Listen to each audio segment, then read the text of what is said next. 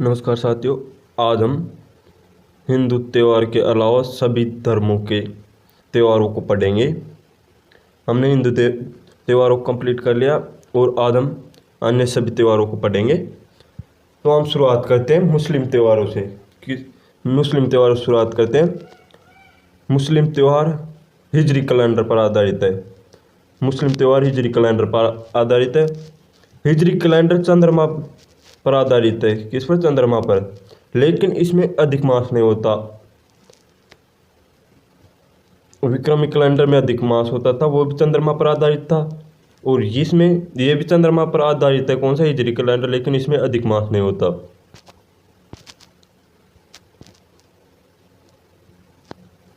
हिजरी calendar के महीने।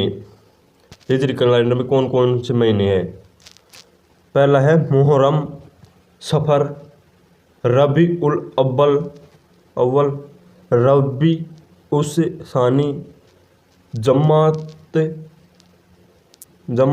उल अव्वल, जमात उस सानी, रजब, शाबान, रमजान, शव्वाल, जिलकाद और जिलहिज।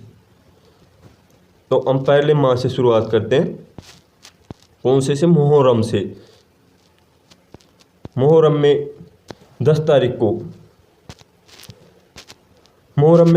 को हुसैन की याद में ताजिया निकाली जाती है। क्या? ताजिया निकाली जाती है। हुसैन करबला के मैदान में लड़ता हुआ शहीद हो गया था। हुसैन पैगंबर मोहम्मद साहब, किसका? पैगंबर मोहम्मद साहब का दोहिता था। 27 तारीख को देखते हैं। 27 तारीख सैयद फखरुद्दीन का उर्स गलियाकोट डूंगरपुर में निकाला जाता है। कहाँ? सैयद फखरुद्दीन का उर्स गलियाकोट डूंगरपुर में निकाला जाता है। इसमें दाऊदी बोहरा संप्रदाय के लोग भाग लेते हैं। कौन कौन?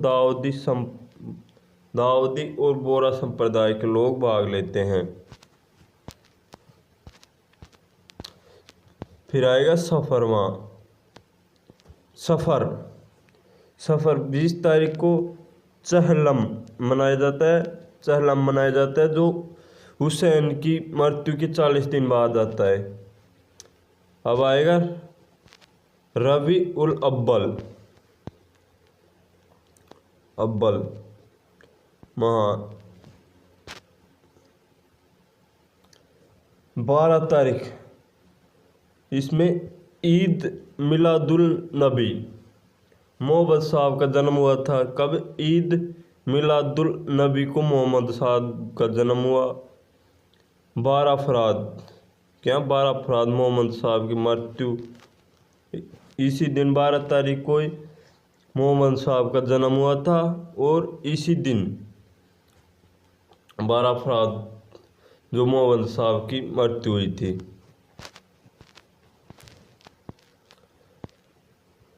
रबी उल सनी में कोई त्यौहार नहीं है और जमात उल अव्वल में भी कोई त्यौहार नहीं है।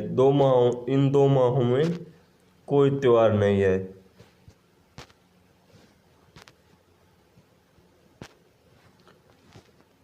एक तो रबी उल सानी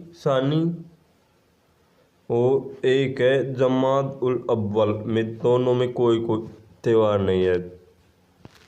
अब देखते हैं अगला जमात उल सानी। क्या? जमात उल सानी में कौन कौन से त्यौहार हैं? 8 तारीख पहला आता है। 8 तारीख को ख्वाजा मोइनुद्दीन चिश्ती का जन्म हुआ। किसका? मोइनुद्दीन चिश्ती का जन्म हुआ। अब ख्वाजा मोइनुद्दीन चिश्ती फारस के संजरी नामक गांव में जन्मे। कहाँ? फारस के संजरी नामक गांव में जन्मे। पृथ्वीराज चौहान के शासनकाल में भारत आए थे तथा अजमेर का मुख्य शाखा बनाया या केंद्र बनाया। अब आएगा रज्जब। रज्जब में 1 से 6 तारीख तक ख्वाजा मोइनुद्दीन चिश्ती का उर्स अजमेर में निकाला जाता है। भीलवाड़ा का गोरी परिवार इस उर्स की शुरुआत करता है, झंडा लगाकर इस उर्स की शुरुआत करता है।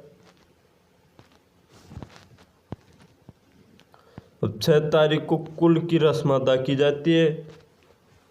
6 तारीख को कुल की रस्म अदा की जाती है और 9 तारीख को बड़े कुल की रस्म अदा की जाती है। 6 तारीख को तो कुल की रस्म अदा की जाती है और 9 तारीख को बड़े कुल की रस्म अदा की जाती है। अब 27 तारीख मेराज की रात, इसे क्या कहते हैं? मेराज की रात। अब इसमें देखते हैं, इस दिन पैगंबर मोहम्मद साहब को खुदा की मुलाकात हुई।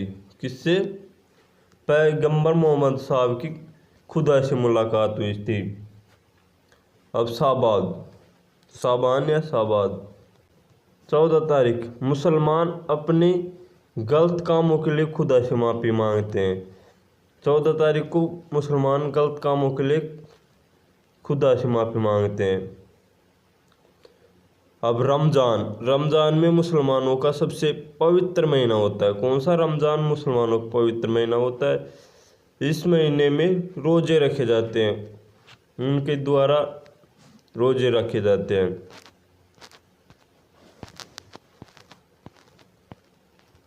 सत्ताईस तारीख को रमज़ान में 27 तारीख को शब कद्र, इस दिन कुरान आसमान से धरती पर आए थे। 27 तारीख को कुरान आसमान से धरती पर आए थे, जिसे शब कद्र कहते हैं। अब आएगा सव्वाल। सव्वाल क्या होता है? 1 तारीख सव्वाल महीने में 1 तारीख को इस ईद उल फितर, इसे मीठी ईद, शिवैयों की ईद भी कहते हैं, इस भाईचारों का त्यौहार भी कहते हैं। जिलकाद, इसमें कोई त्यौहार नहीं है, इस महीने में कोई त्यौहार नहीं है। अब आएगा जिलहिद, अंतिम महीना आएगा जिलहिद। इस महीने में मुसलमान हज के लिए जाते हैं। किसके लिए? हज के लिए। अब 10 तारीख को ईद उल जुहा। क्या होता है? ईद उल जुहा, इसे बकरा ईद कहते हैं और कुर्बानी का त्यौहार भी कहते हैं। हमने मुस्लिम त्योहारों को कंप्लीट कर लिया। अब हम जैनों के त्यौहार देखेंगे, जैन धर्म के त्यौहार देखेंगे। तो हम जैन धर्म के त्योहारों में सबसे पहले देखते हैं ऋषभ जयंती। ये कब मनाई जाती है? चैत्र कृष्ण नवमी को मनाई जाती है। मेला कहाँ बढ़ता है? धुलेवा, उदयपुर में मेला बढ़ता है।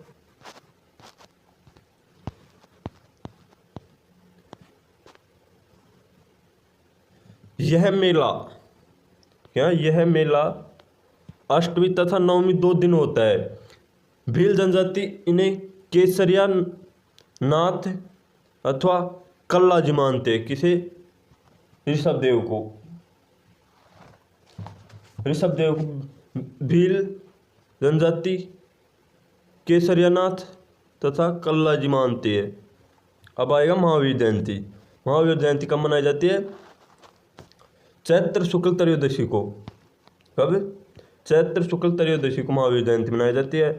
फिर आएगा रोट तीज, ये भाद्र शुक्ला तीज को मनाई जाती है। वो अब आएगी सुगंध दशमी। कौन सी? सुगंध दशमी, इसे धूप दशमी भी कहते हैं। भाद्रपद की शुक्ल दशमी को मनाया जाता है। कब? भाद्रपद की शुक्ल दशमी को। पाप धोते हैं इसी दिन, सुगंध दशमी के दिन पाप धोते हैं। 10 लक्षण पर्व 3 महीने आते हैं। इसमें चैत्र, भाद्रपद और माघ में शुक्ल पंचमी से चतुर्दशी तक होता है। ये कब? चैत्र में, भाद्रपद में और माघ माह में। शुक्ल पंचमी से चतुर्दशी तक होता है। अब भाद्रपद 10 लक्षण पर्व को पर्युषण या महापर्व कहा जाता है। क्या? पर्युषण या महापर्व कहा जाता है।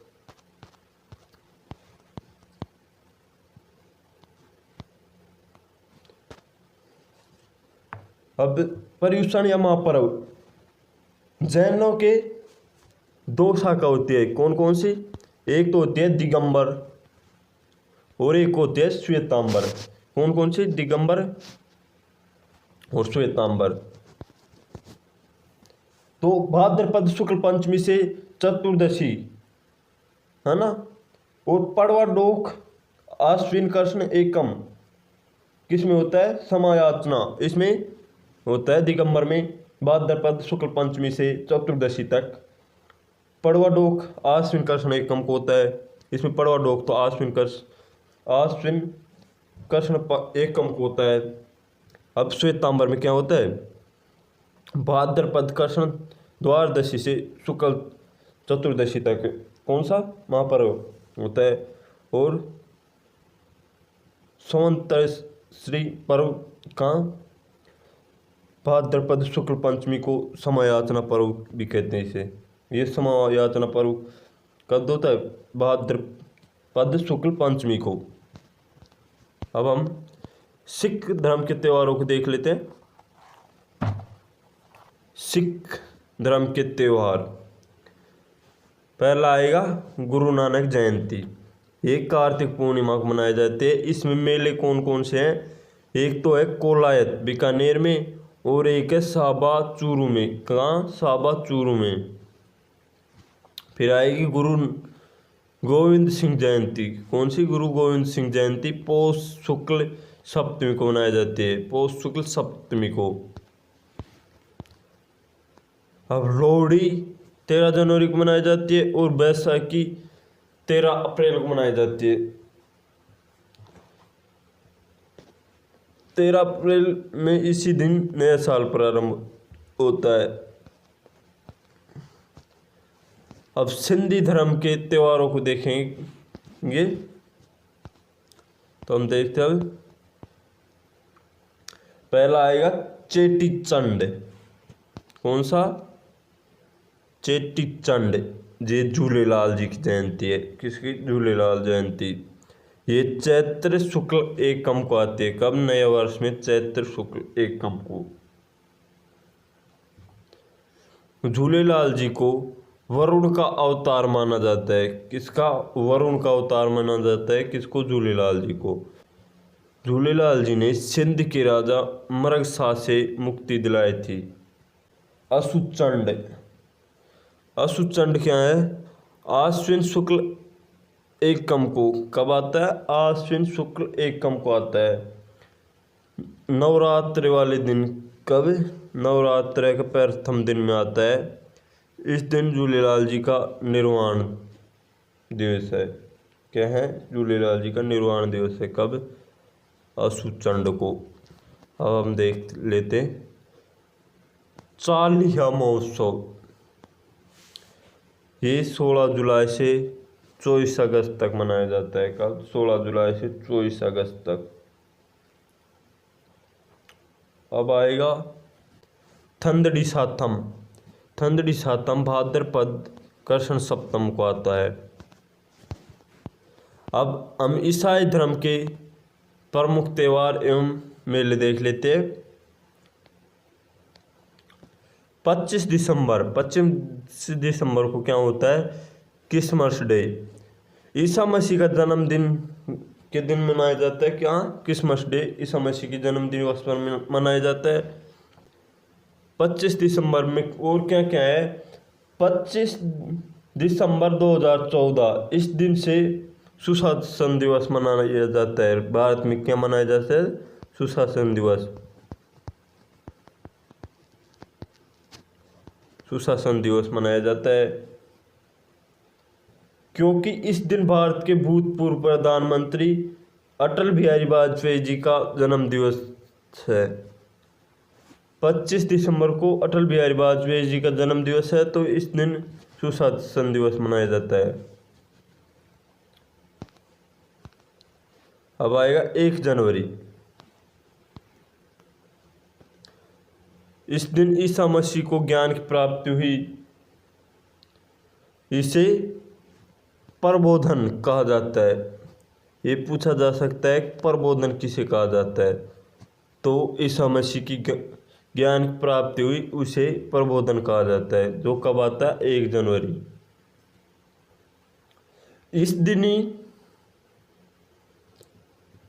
इस दिन से नया साल की शुरुआत होती है। 1 जनवरी से नया साल की शुरुआत होती है। 1583, ये 86 नहीं है, ये 1583 है, में पोप ग्रेगरी ने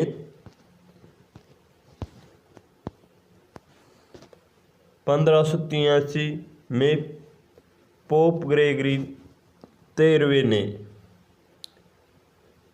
पोप ग्रेगरी 13 ने ईस्वी कैलेंडर बनाया था। किसने? पोप ग्रेगरी 13 ने ईस्वी कैलेंडर बनाया। इसे ग्रिगोरियन कैलेंडर भी कहा जाता है। ये ईसा मसीह के जन्मदिन के 4 साल बाद, यानी कि ईसा मसीह का जन्म कब हुआ था? 4 ईसा पूर्व। कब? 4 ईसा पूर्व। अब आएगा गुड फ्राइडे। गुड फ्राइडे शुक्रवार के दिन ईसा मसीह की मृत्यु हुई थी। कब? गुड फ्राइडे में। एक नाम तो गुड फ्राइडे है, लेकिन इस दिन शोक का दिन होता है। किसमें? ईसाई धर्मों में शोक का दिन होता है। शुक्रवार के दिन ईसा मसीह की मृत्यु हुई थी। ईस्टर से ठीक पहले शुक्रवार। अब ईस्टर क्या है? ईस्टर है रविवार के दिन ईसा मसीह पुनर्जीवित हुए थे। कब? रविवार के दिन। अभी कौन सा रविवार है?